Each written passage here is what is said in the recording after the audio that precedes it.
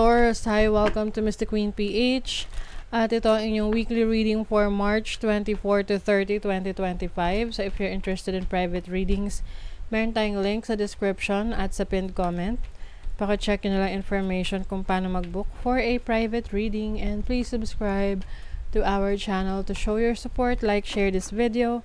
At comment na rin kayo kung kayo ay naka-resonate. Ayan, let's see Taurus weekly energies for you.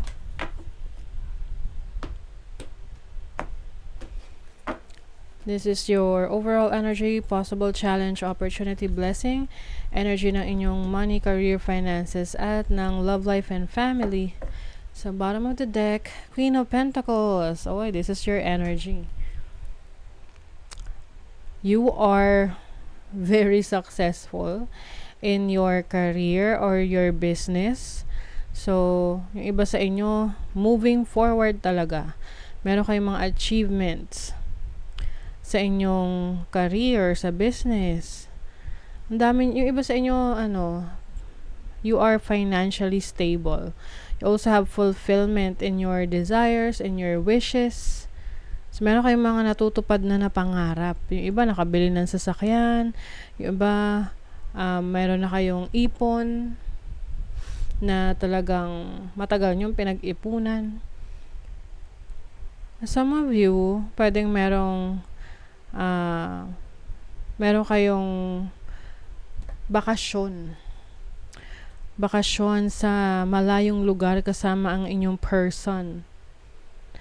Maari kasing meron kayong mga pinagdaanan ng iyong romantic partner kung ikaw ay may karelasyon ha. Tapos, eventually, naayos nyo rin. And you feel good about it. Overall energy, the 5 of Cups. Yung iba, kasi 5 of Cups is about losses, no? Feeling sad about yung mga nawala. So, maaring pa to?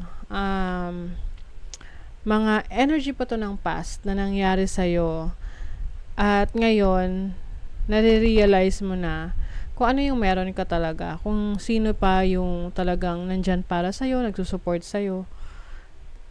And then your challenge is the 6 of Cups, energy na ng past na naman. Oo, yung iba sa inyo nahihirapang mag-move on. Baka sa relationship to kasi pagdating sa finances nyo, okay, maganda yung energy no? This can be sa relationship. Tingnan natin to. 4 of Wands, sa relationship nyo, 4 of Wands. Money, the High Priestess. Okay, mamaya tingnan natin yan. Na-curious. So, maari kasing hindi pa kayo nakaka-move on from your past. So, yan pa yung parang gumugulo sa inyo ngayon. Although, kayang-kaya nyong paghiwalayin yung trabaho, career, business doon sa personal nyong buhay.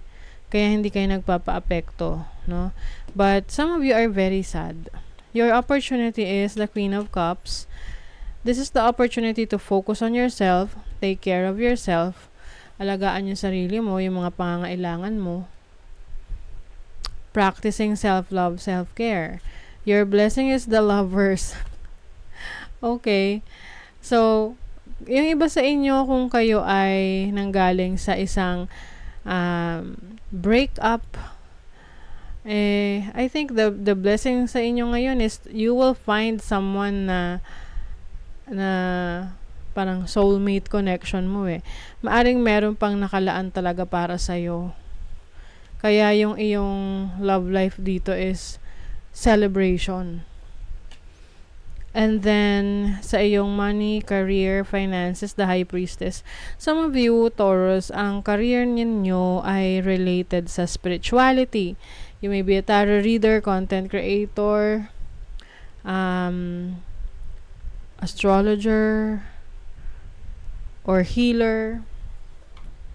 And some of you rin, you are working in silence. Kumbaga, yung mga plano mo, yung mga goals mo, hindi mo na pinapaalam sa iba.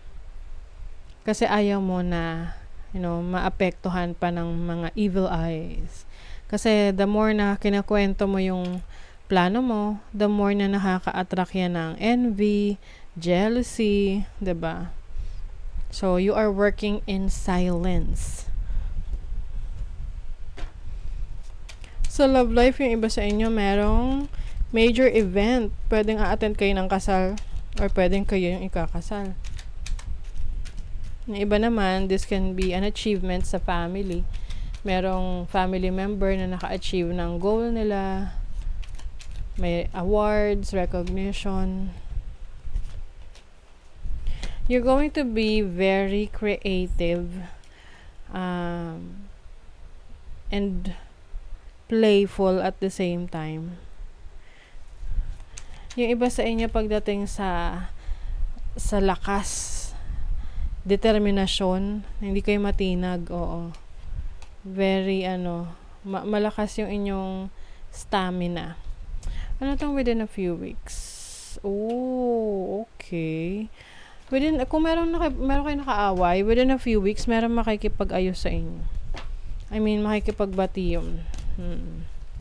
May peace offering.